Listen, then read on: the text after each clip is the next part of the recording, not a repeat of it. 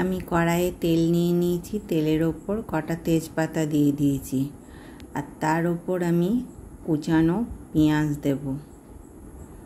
আজকে আমি কি রান্না করতে চলেছি তাই দেখুন। পেঁয়াজ কুচিটা একটুখানি লাল লাল হয়ে আসবে, তারপরে আমি এর মধ্যে আদা রসুন বাটাটা দিয়ে দেব। আদা রসুন বাটাটা দেওয়া হয়ে গেলে এটাকে ভালো করে পেঁয়াজের সঙ্গে কষবো। তারপরে আমি নুন দেব স্বাদ অনুসারে। নুন দিয়ে আবার একটুখানি কষাবো। এদিকে আমি জিরে, ধনে, গোলমরিচ আর শুকনো লঙ্কা বেটে রেখে দিয়েছি। এটাতে আমি বাটা মশলাই করছি। মশলা দিয়ে দিলাম, সঙ্গে বাটি ধোয়া জল দিয়ে আমি কষতে লাগলাম ভালো করে। আমি আজকে ছোলার ডাল রান্না করব ডিমের সঙ্গে। ছোলার ডালটা আমি 3টে সিটি দিয়ে নিয়েছি কুকারে। এবারে ছোলার ডালটা মশলার সঙ্গে ভালো করে কষে নেব। ভালো করে কষা হয়ে গেলে আমি জল দিয়ে দেব। আর কুকারে যখন আমি ছোলার ডালটা দিয়েছিলাম ওর মধ্যে হলুদ দিয়ে দিয়েছিলাম।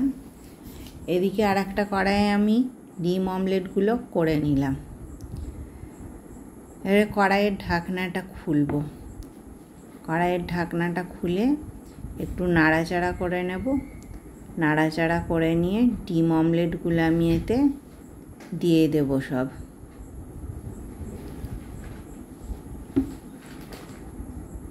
ডিম অমলেটগুলো সব দেওয়া হয়ে গেছে। এবারে আবার ঢাকা দিয়ে দেব। এখন এবারে আমরা ঢাকাটা খুলে দেখে নেব। দেখুন ডিম অমলেটগুলো কত সুন্দর ফুলে গেছে। আর আস্তে আস্তে করে উল্টে দেব, আর তত সফট হয়ে যায় খেতে।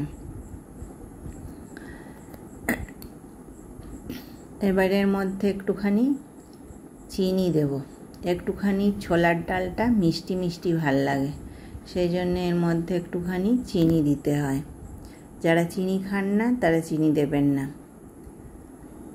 আবার একটুখানি চিনিটা নেড়ে চেড়ে মিশিয়ে নেব। সর্বশেষে আমি গরম মশলার পাউডার দিয়ে দেব। এবারে গরম মশলার পাউডারটা দিয়ে ভালো করে নেড়ে নেব। আমার এই রান্নাটা আপনারা অবশ্যই ট্রাই করবেন, খেয়ে দেখবেন আর আমাকে কমেন্টে জানাবেন। এটা খেতে খুবই টেস্টি হয়। আর আমার চ্যানেলটাকে আপনারা লাইক, শেয়ার, সাবস্ক্রাইব করবেন, আমার পাশে থাকবেন। নমস্কার।